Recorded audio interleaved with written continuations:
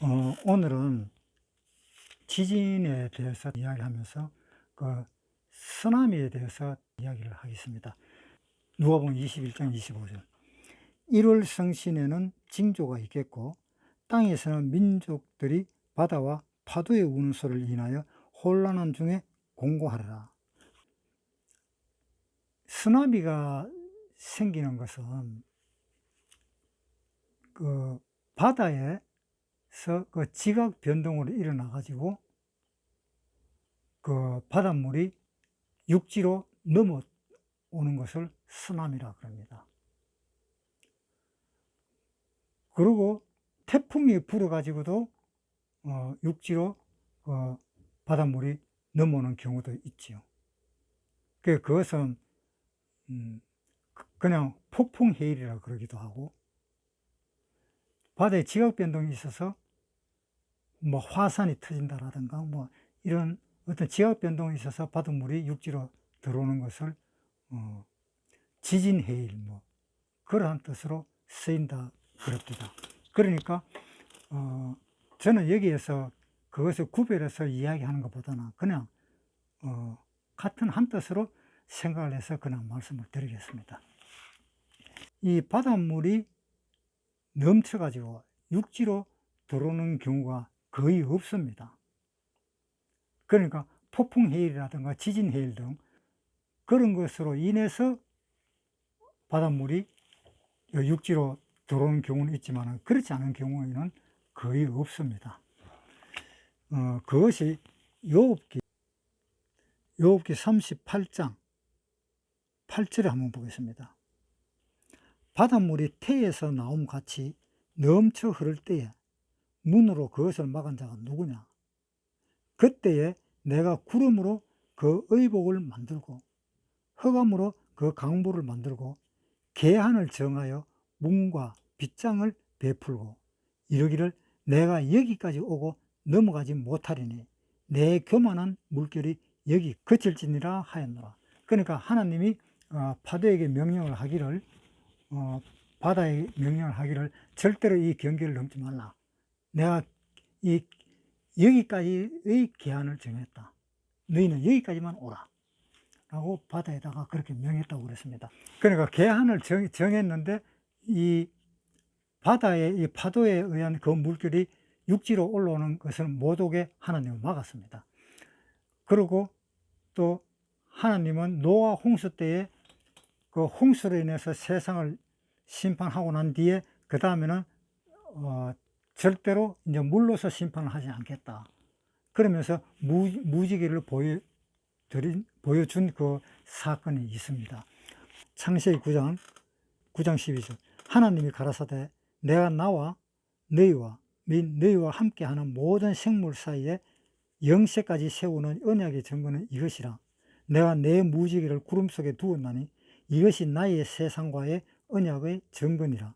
내가 구름으로 땅을 덮을 때에 무지개가 구름 속에 나타나면 내가 나와 너희와 및 혈기 있는 모든 생물 사이에 내 언약을 기억하리니 다시는 물이 모든 혈기 있는 자를 멸하는 홍수가 되지 아니할지라. 무지개가 구름 사이에 있으리니 내가 보고 나 하나님과 땅에 물은 혈기 있는 모든 생물 사이에 된 영원한 언약을 기억하리라. 그 하나님이 그 무지개를 내 보이면서 내 너와 함께 언약한 그 약속이다 라고 이야기했습니다. 그런데 내가 다시는 이 물로서 심판하지 않겠다 그랬는데 쓰나미로 인해서 물로 심판을 받는 것은 왜 그러느냐, 그러한 문제도 있었습니다.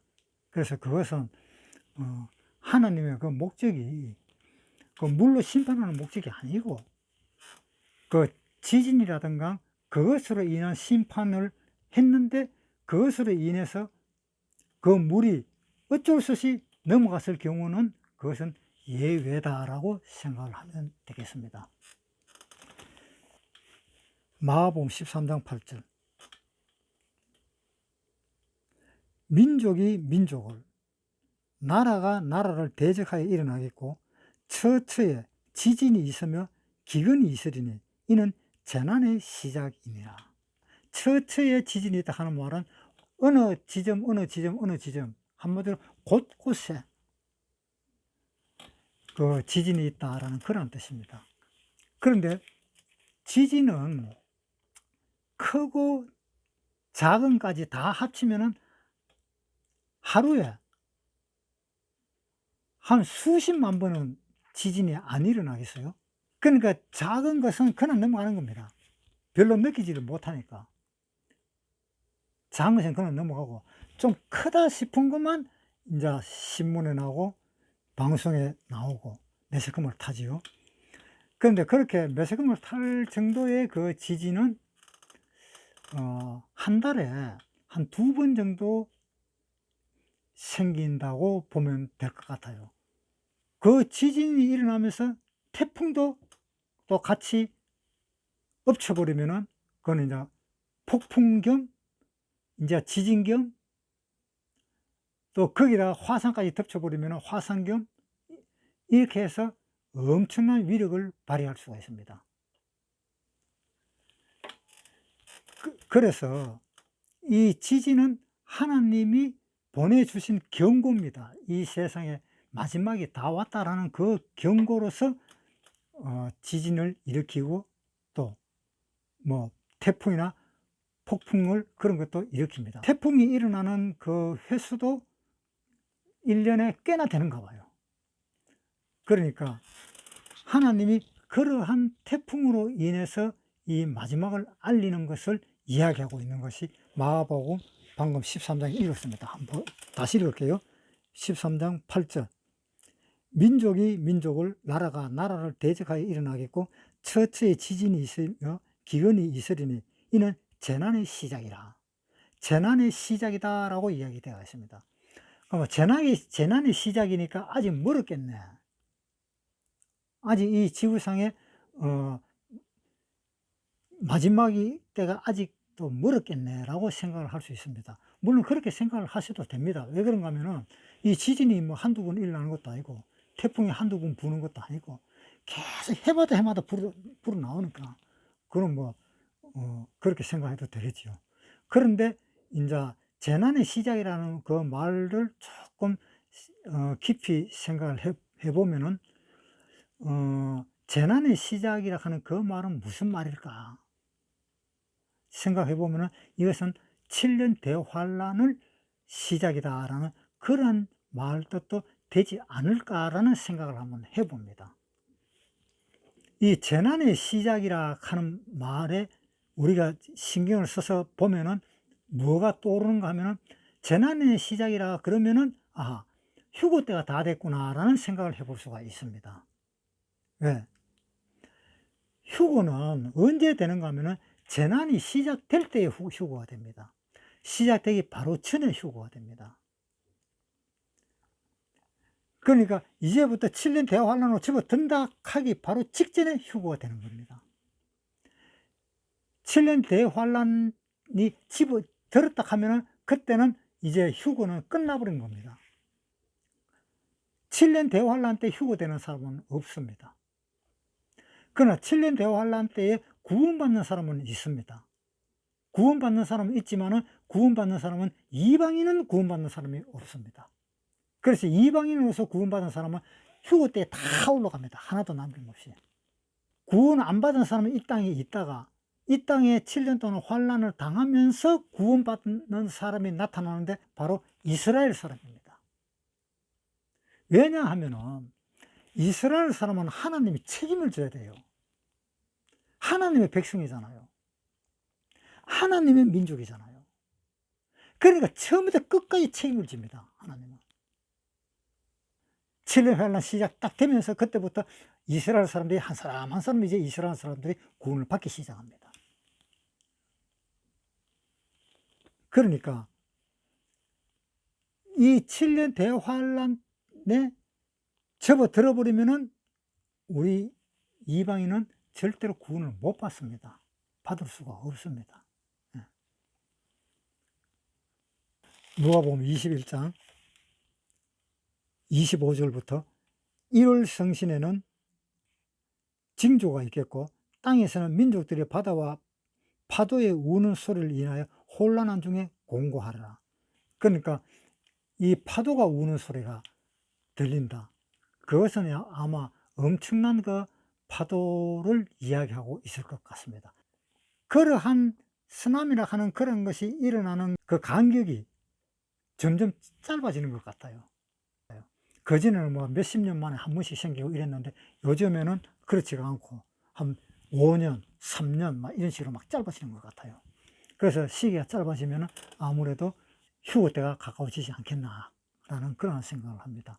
이방인인 우리는 휴거 전에 구원을 받아야 된다는 겁니다. 그러한 사태가 일어나기 전에, 그러한 환란이 일어나기 전에 구원을 받아야 된다는 겁니다.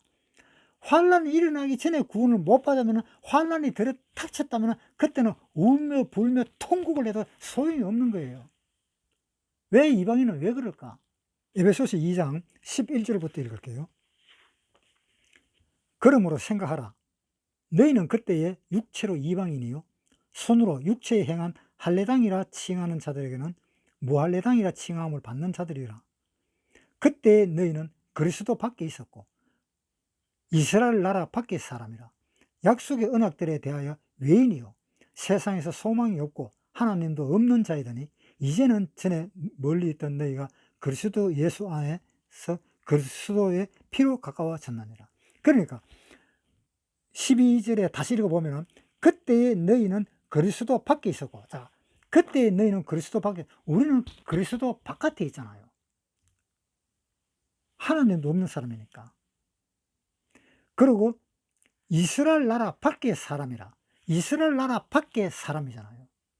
또 약속의 언약들에 대하여 외인이요. 약속의 언약들에 대해서는 우리는 외인이에요. 우리하고 약속 안 했잖아요, 하나님은. 이스라엘 백성하고 약속했지 우리하고는 약속을 안 했다 이 말입니다. 그렇기 때문에 우리 이방인들은 휴거가 들었으면 그때는 구원을 못 받는 겁니다. 왜? 이방인하고 약속한 것이 아니기 때문에. 이방인이 구원받을 때는 성령 시대 때밖에 없습니다. 은혜 시대 때밖에 없습니다. 그때만 구원을 받지. 그때가 지나고 환란의 시대로 접어들면 우리는 이방인은 구원을 못 받습니다. 왜? 하나님과 이방인과의 아무런 약속이 없었기 때문입니다. 그러나 이스라엘 사람하고는 약속이 있었어요. 한번 봅시다. 로마서 9장 1절부터 읽겠습니다. 내가 그리스도 안에서 참말을 하고 거짓말을 아니하노라.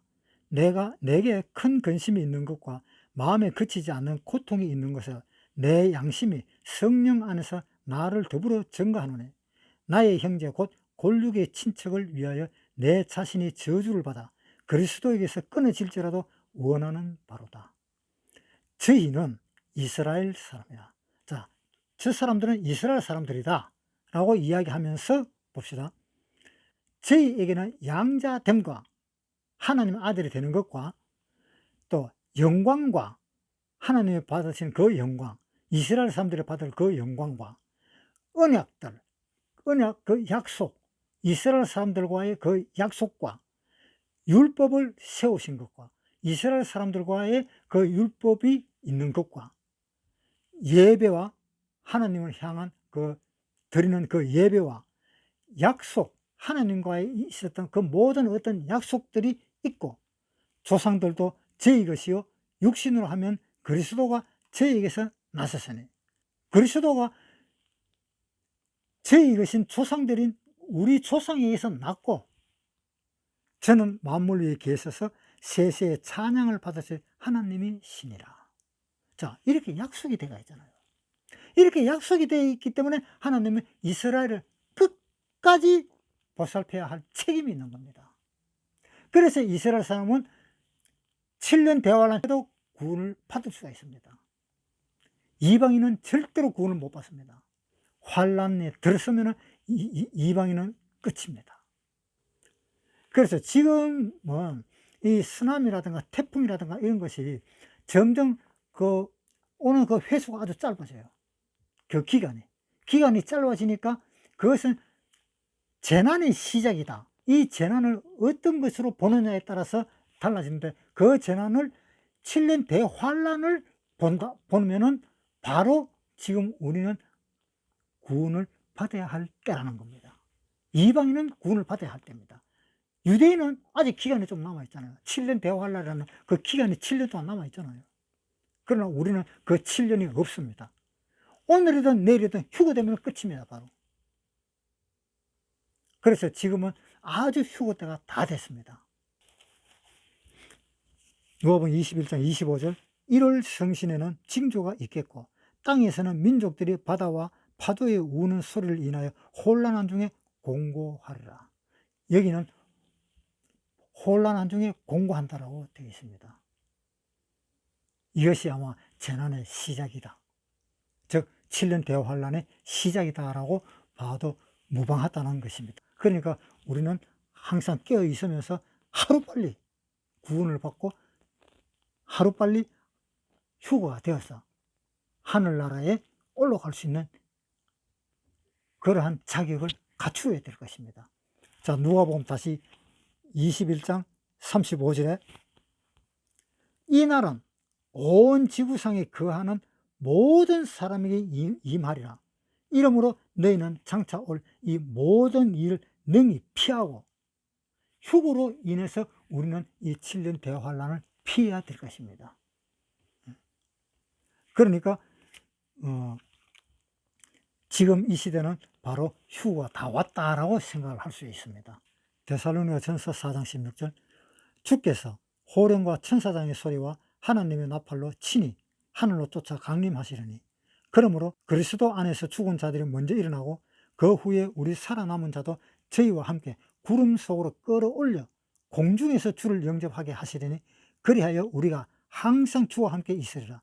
그러므로 이 여러 말로 서로 위로하라. 공중으로 끌어올려 주를 영접한다.